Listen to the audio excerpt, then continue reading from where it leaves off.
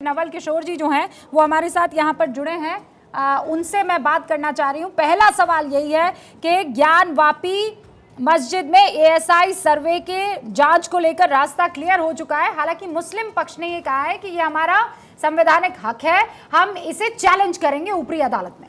देखिए, निसंदेह वो उनको अधिकार है, संविधान अधिकार दिया है, कोई भी उसके विपरीत जा सकता है, परंतु जो सत्य है उसको झुठलाया नहीं जा सकता। ये तो वो भी जानते हैं कि हम भी जानते हैं कि वहाँ बाबा विश्वनाथ ही हैं, भगवान की ही है पूरा परिसर, और ये पूरा दूध का दूध पानी का पानी हो जाएगा। हम कोई संविधान से बाहर की बात नहीं कर रहे हैं। संविधान के दायरे में रह करके पूरे साक्ष्य के आधार पर अयोध्या में भव्य मंदिर बन रहा है। मैं फिर कह रहा हूँ, आज नहीं तो कल जब भी इसका निरीक्षण परीक्षण होगा, वह मंदिर ही है, मंदिर ही था और मंदिर ही रहने वाला है। और साक्ष्य के आधार पर कोई जबरदस्ती नहीं, कोई कुछ नहीं।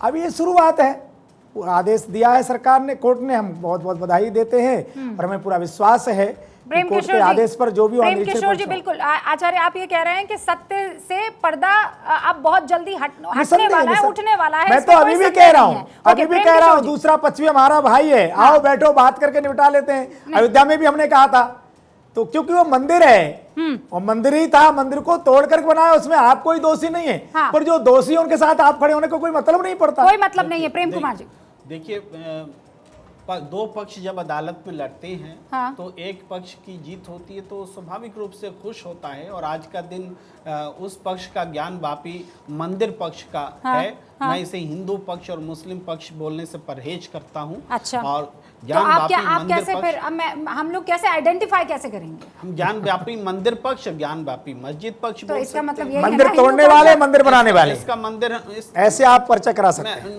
मैं इस रूप में नहीं चाहता बोलना कि हिंदू पक्ष और मुस्लिम पक्ष बोले, क्योंकि पूरी आवाम को पूरी धार्मिक रूप से जोड़ने की एक कोशिश होती है, उसके अपने इंटेंशंस होते हैं, हम उसमें शामिल नहीं होना चाहते। अच्छा। इसलिए हम इस तरह से तरीके से बोलते हैं। ये आपका तरीका मुझे वेलकमिंग लगा। आप ये कह रहे हैं एक ज्ञानवापी मंदिर पक्ष, एक ज्ञानवापी मस्जिद पक्ष, ये दो अलग अलग पक्ष है। हिंदू मुसलमान इसमें करने की जरूरत नहीं है। हाजिक साहब, आप क्या कहेंगे? देखिए मैडम, हिंदुस्तान में जब भी कोई मसला होता है और लोग कोर्ट में जाते हैं, चाहे वो सिविल का हो, क्रिमिनल का हो, और ये अधिकार हिंदुस्तान के संविधान ने दिया है दोनों पक्षों को। आज जो जैसा कि कोर्ट ने फैसला किया कि सर्वे किया जाएगा, तो उस पर अगर मुस्लिम पक्ष कोर्ट में ही जा रहा है और कह रहा है, तो उसमें किसी को कोई एतराज़ नहीं होना चाहिए। संवैधानिक अधिकार है भारतीय नागरिक का, हर नागरिक का, कि अगर कोर्ट का फैसला लोअर कोर्ट से नहीं पसंद आए तो वो आगे कोर्ट में, हाई कोर्ट में, सुप्रीम कोर्ट में अपनी बात कह सकता है। तो मुस्लिम अब मेरा सवाल, हाँ आज़िक साहब, मेरा सवाल, ये तो लोकतांत्रिक व्यवस्था है, ये संवैधानिक आपको हक है, और कानूनी तौर पर भी आपको हक हासिल है, इसमें कोई दो राय नहीं है।